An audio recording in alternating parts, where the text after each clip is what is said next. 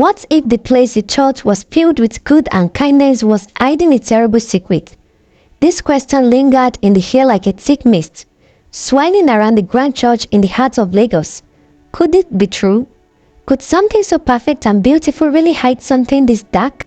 The tallest church in Lagos stood proudly against the clear blue sky, its walls shimmering under the sun like the golden gates of a magical kingdom. There was no building quite like it in all of Lagos. People couldn't stop talking about it, and it was easy to see why. It seemed as if the church was a place where miracles happened every day.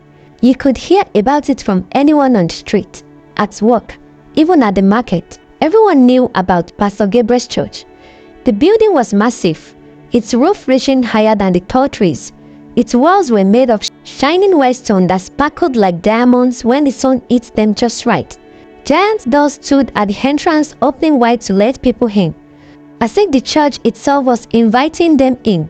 Inside, the walls were covered with beautiful, glimmering gold, and the air was filled with a sweet, calming scent of incense that made people feel peaceful the moment you stepped through the door. The floors were smooth and white, and the pews were so many you couldn't even count them. Hundreds of people could sit inside, and they did, every Sunday. People came from all corners of the city. The lines outside the church stretched so far that you couldn't see the end of them. There were so many people, old people, young people, rich people, poor people, that it looked like the whole of Lagos was waiting for the doors to open. But why were they there? Was it just because of the church beauty, or was there something else? They were there because miracles were happening, miracles like you had never seen before.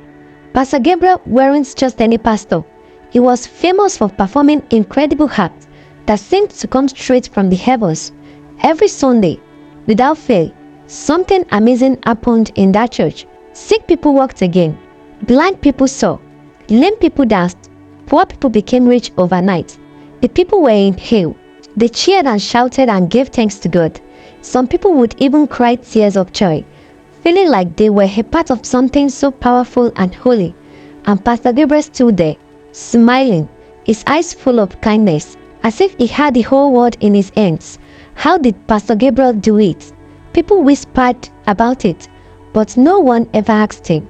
It was as if his miracles were a gift from God, and everyone believed in him completely. And yet, there was a rule, a strict rule that nobody understood. No one was allowed to go near the altar. No one, not even children, could step up to it, not even during the miracle hour. It wasn't like other churches, where people could gather at the front to pray. This church was different. Pastor Gabriel always said, the altar is for God, and only I can stand on it. He never explained why, but nobody ever questioned him. They just believed him. After all, miracles happened when he stood on that altar. And who would dare to challenge a man who could perform such wondrous acts? Still, even with all the joy and miracles, there was something about the church that felt just a little off. People could sense it, but they didn't talk about it. Not out loud. Something didn't feel right. There were whispers now and then. Why does Pastor Gabriel never allow anyone near the altar? People asked in hushed voices, what's really going on up there? But the whispers always faded away quickly, swallowed by the sound of the next miracle. After all, the church was a place of good, a place where dreams came true. But was it really? Inside the church, there was a quiet mystery that no one dared to uncover. The altar stood in front of the church, raised higher than everything else, shining in the middle of the room. But when people looked at it, they felt a strange pull, like it had something hidden. Something that couldn't be seen by the human eye. It was as if the altar was alive, holding its own secrets deep inside. The walls of the church seemed to whisper, and sometimes, if you stood quietly enough, you could hear faint, distant sounds that seemed to come from the altar itself. Was it the wind, or was it something more? People tried not to think too much about it. The miracles were happening, and that was all that mattered. But deep down, some of them couldn't shake the feeling that something was off about the whole place. But there was one thing that nobody could ignore: the money. The church was more than just a place of worship. It was a business. Every time Pastor Gabriel performed a miracle, more and more people came. And the more people came, the more the church grew. And the more money flowed in. People donated their hard-earned money, believing that it would help the church and that the miracles they witnessed were worth every penny. Pastor Gabriel's fame spread far and wide. People didn't just come from other parts of Lagos. They came from other countries. Cameras from different parts of the world started showing up to film the miracles, and Pastor Gabriel became a celebrity. He traveled to places he never dreamed of, and soon, the world knew his name. He became one of the richest men in the city, and yet, no one knew the secret behind his success. The miracles were real, but no one knew the price they came with. On this particular Sunday, the air felt different. There was a strange buzz in the crowd, a feeling that something big was about to happen. As the people filled the church, there was a quiet excitement in the air. The usual laughter and talking was replaced with whispers, and the usual comfort in the room seemed to fade. Everyone knew that the miracle hour was coming, and everyone was excited to see what would happen next. But today was different, and the reason why would only become clear when one small damsel, a little girl named Amara, stepped through the doors of the church. The sun shone brightly through the stained glass windows, casting colorful shadows all over the church. The scent of fresh flowers mixed with the sweet-smelling incense that filled the air, making the atmosphere feel both calm and magical. The people dressed in their Sunday best sat quietly in the pews, eagerly waiting for Pastor Gabriel to begin. A soft sound of music echoed through the church, and a choir of voices rose up to sing a hymn of praise. The sound was beautiful, and it made the people feel like they were in a special place, a place where miracles could happen. In the very back of the church, a small girl stood at the entrance. She was Amara, a little girl who had come to see the miracles for herself. Amara was about 7 years old, with big wide eyes full of curiosity. She had long dark braids and wore a simple but neat dress, but her heart was full of excitement. She had heard stories about the church, about the miracles that happened there, and she couldn't wait to see them with her own eyes. As Amara's mother led her by the hand through the crowded aisle, Amara couldn't help but look around. The walls of the church were covered with beautiful painting of angels, and the floor beneath her feet felt cool and smooth. The golden altar gleamed at the front of the church, and Amara couldn't take her eyes off it. It looked like a mysterious place, and there was something about it that pulled her toward it, as if it was calling her name. "Mom, look at the altar," Amara said softly, her voice filled with wonder. Her mother smiled down at her. "That's where Pastor Gabriel stands during the miracle hour. It's a very special place. Only Pastor Gabriel is allowed up there." Amara nodded, but something about the altar made her feel even more curious. Why couldn't anyone go near it? What was so special about it? As they reached their seats, Amara noticed that people around her were already getting excited. The miracle hour was about to begin, and everyone was ready to see what amazing things would happen next. Pastor Gabriel, dressed in a shiny golden robe, stepped onto the stage at the front of the church, and the crowd fell silent. His deep, strong voice filled the room as he raised his hands to the sky. "Praise the Lord, my people," he said with a smile. "Today is your day. Today, miracles will happen." The people cheered and clapped, and Amara's eyes widened in awe. This was what she had come for, the miracles. She could feel the excitement in the air as Pastor Gabriel called the first person forward. A blind man slowly walked to the altar, his skin tapping the floor with every step. He looked unsure, but as Pastor Gabriel laid his hands on him, something amazing happened. The man's eyes opened wide, and he gasped, "I can see! I can see!" he shouted, tears of joy rolling down his face.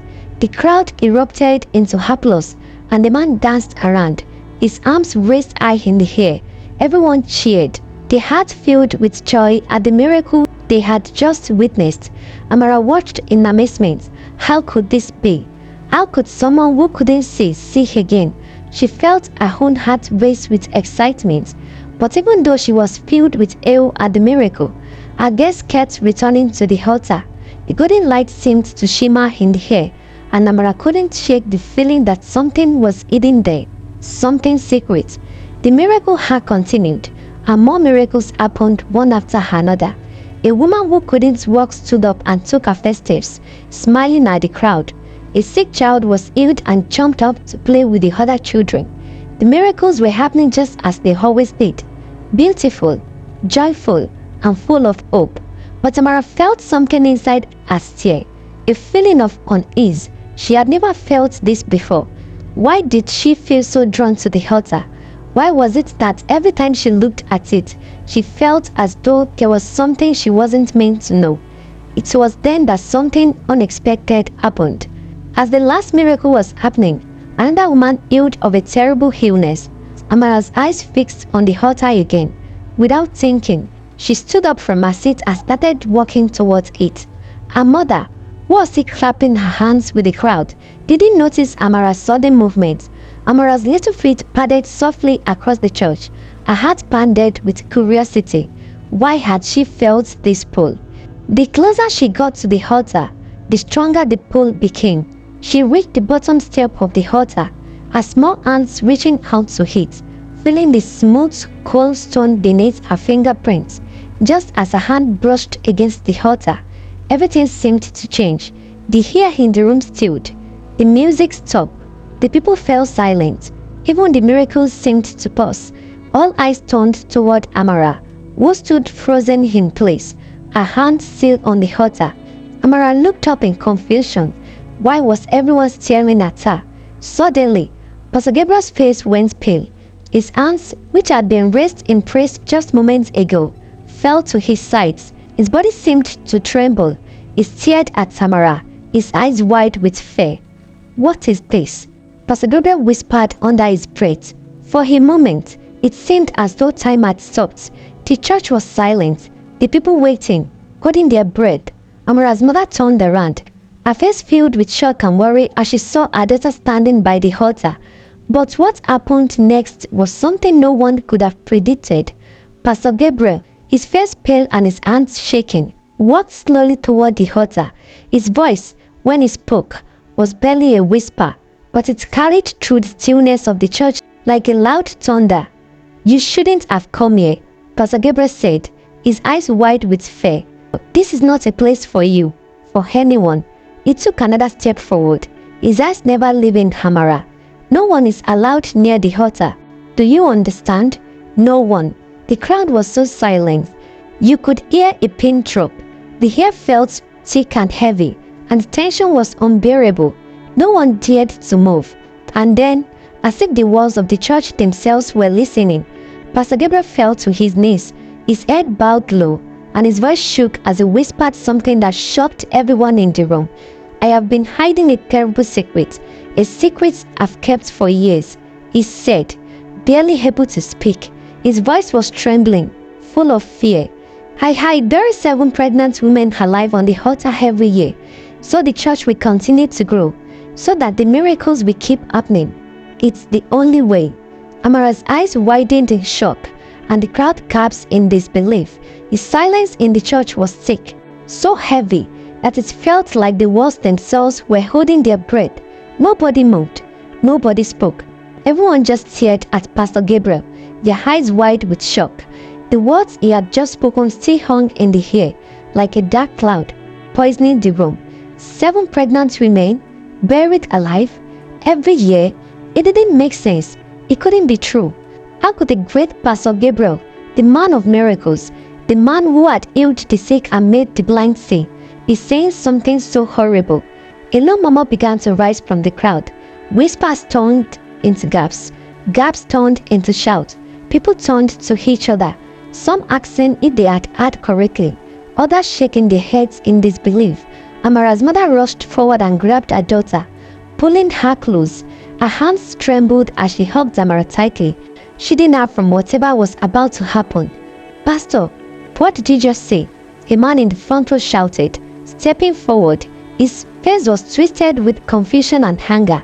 Pastor Gabriel was still on his knees, his hands gripping his robe tightly, his body shaking. His eyes darted around the church as if looking for a way to escape. Beads of sweat dripped down from his forehead, even though the church was cool. "It's a lie. He didn't mean it," one man cried from the crowd, covering her ears like she was trying to block out the words. "Pastor Gabriel is a man of God. He would never." But before she could finish, Pastor Gabriel let out a loud sob. "I have sinned," he cried out suddenly, his voice shaking the room. The church erupted into chorus. Some people rushed forward, shouting at the pastor. Others grabbed their Bibles, clutching them with their sheets, their faces filled with horror. Some people ran towards the exit, pushing and shoving, trying to get as far away as possible. "He is a murderer," someone screamed. "He fooled us all." People who had once worshipped Pastor Gabriel were now looking at him like a stranger, like a monster. The choir, who had been singing praises just moments ago, stood frozen, their mouths open in shock. The ushers, who had always guided people to their seats with smiles, now had fears in their eyes. The miracle hour, the time when people used to cheer and celebrate, had turned into a nightmare. The golden altar, which had once been the holy place of miracle, now felt like the darkest place in the world. Amara clung to her mother, a little heart pounding. She didn't fully understand what was happening, but she could feel it. Something terrible had been revealed. A man who had once been loved and praised was now surrounded by shouting and anger. Pastor Gabriel tried to stand, but his legs gave out, and he collapsed again. His breath was wrecked, his hands shaking as he gripped the floor. "I never wanted this," he whispered, his voice broken. "I only wanted the church to grow. I only wanted the power." "You killed innocent women," a woman screamed. Pastor Gabriel flinged his hands, clutching his ears as if trying to block out the truth of his own words. "I had to," he shouted, his face twisting in pain. "The miracles wouldn't work without it. The church wouldn't grow if I stopped." He suddenly stopped speaking, his body shaking violently. His mouth opened and closed, like he was trying to say something but couldn't. The room grew silent again. Something was happening to him. And then, a loud crack of thunder roared through the church. Even though the sky outside was bright and clear, the giant golden cross that hung above the altar shook, as if something invisible had touched it. And Pastor Gabriel, he collapsed to the floor, screaming. A strange wind rushed through the church, sending papers flying, blowing out some of the candles. The people gasped, some falling to their knees to pray, others scrambling away in fear. And then, something even stranger happened. The floor beneath the altar began to crack. A long, deep line split across the marble floor, right in the front of where Pastor Gabriel knelt. The people watched in horror as dark smoke started rising from the crack, curling and twisting like living shadows. A deep, unnatural voice filled the air, but it wasn't Pastor Gabriel's voice. It was something else, something dark. "You have broken the covenant," the voice whispered. It sounded like many voices speaking at once, echoing through the church like a cursed wind. Pastor Gabriel's eyes widened in terror. He clutched at his chest, gasping for air. "No, no, I did everything you asked. I did everything," he screamed, but the voice only laughed, deep and cold. "Now you will suffer." And with those words, Pastor Gabriel's body chapped violently. He let out a horrible choking sound, his hands clawing at his throat, his face turned red, then purple, as if something invisible was strangling him. The congregation screamed, the church walls shook, and then, with one final gasp, Pastor Gabriel fell to the floor, lifeless. For a long time, nobody moved. The dark smoke had disappeared.